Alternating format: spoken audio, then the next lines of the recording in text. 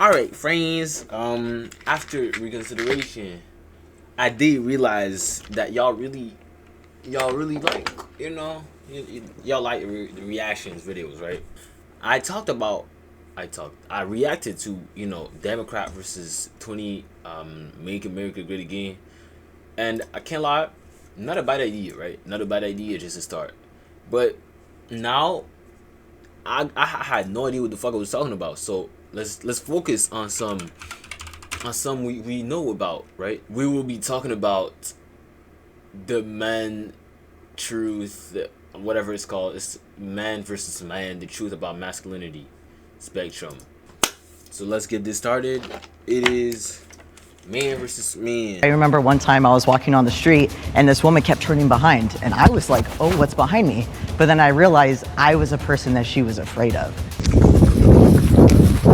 I apologize for my actions and things that I've done, but I don't apologize for me. I like me. I'm awesome. I hate being a people pleaser, but at the same time, there's that flip side where the truth does hurt sometimes. I made the mistake of saying I'd leave her if she was a dog. Yeah, It didn't go well at all. I think I can see where this is going.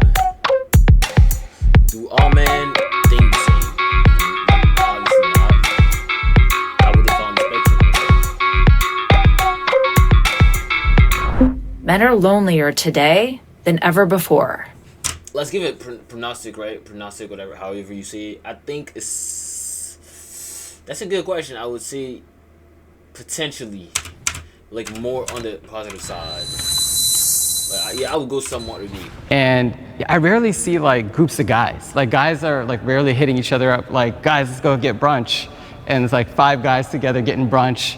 A lot of these restaurants, like, Oh, that's what they meant. Oh, I thought it was just like relationship wise, like they don't have a couple. In that case, I would tend to go more towards the, not really. you just see packs of social circles within women really embracing kind of like just being together and having a good time. Because the one-on-one with a guy is like super taboo and awkward, but Yeah. girls have like no issue with that. I don't know if it's because I'm too young, but shit, even when I'm 30, I finna hit my niggas up on some, yo, y'all trying to go to the movies, or one nigga up, like, you want to go to the movies with me? It's gonna be chill. I don't know what these Right? niggas on about. Girls be like, I'm gonna go get lunch with my one girlfriend, and Yeah. we're gonna go hang out. If I just ask one of my buddies, hey, you and me, let's just go grab lunch, that just feels weird. Maybe it shouldn't, but it does. I think for me it's like neutral. I'll probably move to like somewhat disagree, because I think for me, like, I've noticed as I've gotten older, when I was younger it was harder for me to make male friends. Right. And I wasn't like out at the time. I didn't even know I was really gay, but it just seemed like men clicked. I mean, I wasn't like out at the time. I didn't even know I was really gay, but it just seemed like men clicked with each other more than what I was seeing, but I wasn't really.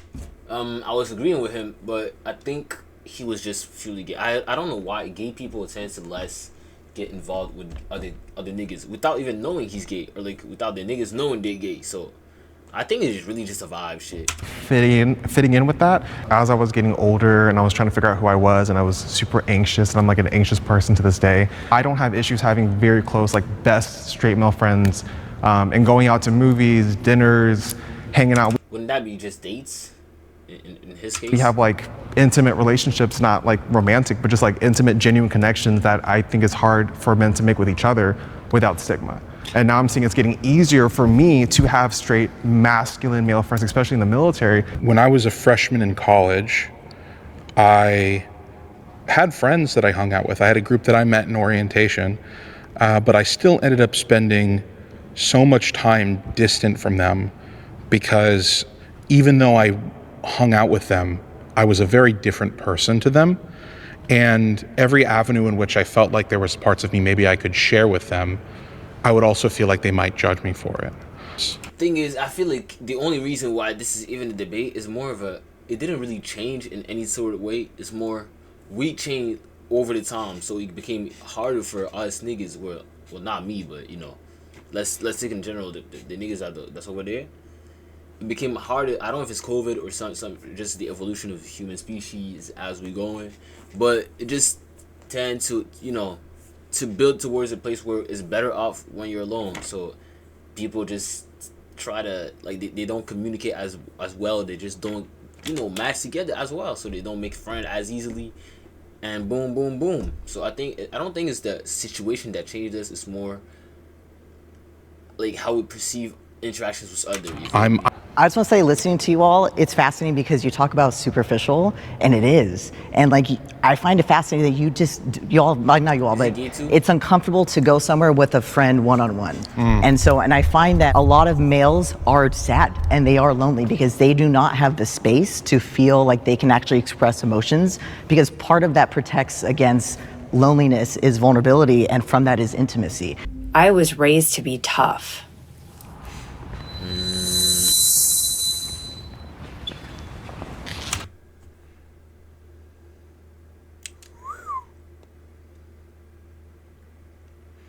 Some of them I don't believe exactly why they placed there, but I will not mention it anymore. Alrighty, well, honestly, for me personally, like, I was raised primarily by women. My father wasn't really in the picture. My grandfathers were all away, and it was just kind of my mom, my aunts, and stuff like that. And we're a very traditional, like, Taiwanese little family. So, Well, I kind of said it somewhat is that I learned from my dad. He was a police officer, and for him, like, yeah, you could just be a tough guy. You know, there's this idea of like machismo and showing yourself off. Sometimes the toughness comes from knowing when to turn the switch on and off.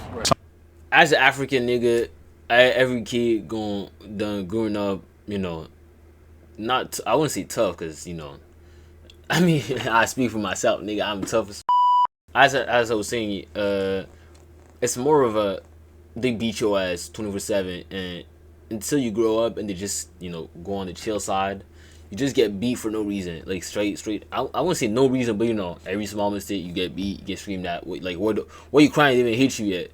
Also that type of shit. That's what I mean by you just grow up, you don't really talk to them, you feel me? And then you just end up building your own little bubble shit. And that's why you might seem, and when I say tough, it's not like, oh, I'm so tough, I'm so cool, but, you know, you don't show your shit anymore. I was raised and became tough. That's my new title. There's this idea of like, you know, yeah, I go around, I'm the boss, I'm the man. I was gonna say that's interesting because I'm over here for the exact flipped reason. Like, I was never raised on the idea that like suppressing emotions is tough. I was raised like you could express emotions. For me, when I was being brought up as tough, it was like, I don't know what I would consider like the classical, like the 1980s tough of like, hey, if a kid at school is messing with you, you don't go tell the teacher, you handle it, right? Like those, like that's the sort of tough that I was taught. Like, 3 interesting intersections that I dealt with. One is being black, another is being African, and then the third was just having a predominantly Muslim household. And all 3 of those groups have very kind of strong gender roles. You know, what I was taught was you have to work hard, you got to take care of your family, you know, you got to stay strong. Preach. And it applied across all 3 kind of intersections of my identity. This is the youngest of 2 brothers, and I grew up as the baby girl of the family. And so I've only been doing this man thing for about 5 years. Oh. And so for me, I was always allowed to express myself, to be soft. And I looked to my dad for some of these masculine qualities, like being a provider. That's something that I hold also as well. But then I looked to my mom for getting through really tough things. So both I had learned how to be tough, but in very different ways that I hold true today. I didn't know what trans was growing up, and so I didn't have an idea until really I entered my college years. And that is when I found out what it means to be a trans man. Everyone told me who I should be and what I should do with my life. And so being trans kind of felt like it was its own rebellion in a way, but it was a way to honor who I was as a person. Is he a girl that turned into a guy? Because he said a baby girl of the family, but then, or is he just a dude? It's a shameful and kind of stigma around that, and then also kind of seeing how it's being treated within my own family, how it's like kind of like, oh, it's bad luck to be disabled, everyone's just this way. I kind of watched my own family member like struggle to ask for help support because of the stigma. I often compare myself to other men. Right. Okay, I compare myself to, I feel like it's a good thing to do though. I don't really, actually, depends. I do.